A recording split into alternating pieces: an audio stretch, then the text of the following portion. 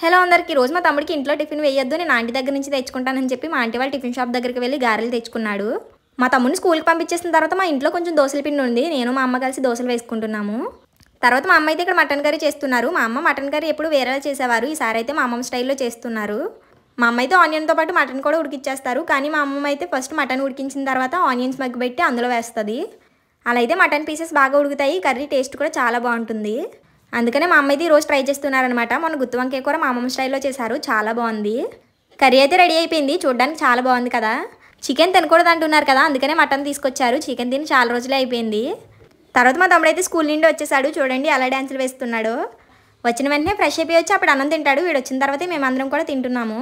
School half day కాబట్టి white dress పాడకుండా ఉంది, లేకపోతే నల్లగా చేసేసి తీసుకొస్తాడు.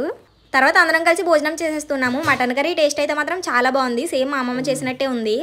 మీరు మటన్ కర్రీ ఏ స్టైల్లో చేస్తారో కామెంట్ సెక్షన్లో కామెంట్ చేయండి. ప్లీజ్ వీడియోని లైక్ చేయండి, మీరు లైక్ చేయడం వల్ల వీడియో మరికొందరికి చేరుతుంది, మీరు మమ్మల్ని సపోర్ట్ చేసిన వాళ్ళు అవుతారు. అలాగే మన ఛానల్ని సబ్స్క్రైబ్ చేసి పక్కన ఉన్న బెల్ ఐకాన్ క్లిక్ చేయండి. అలా చేయడం వల్ల మేము పెట్టిన ప్రతి వీడియో మీకు నోటిఫికేషన్ రూపంలో వస్తుంది. Bye guys, హకునా matata.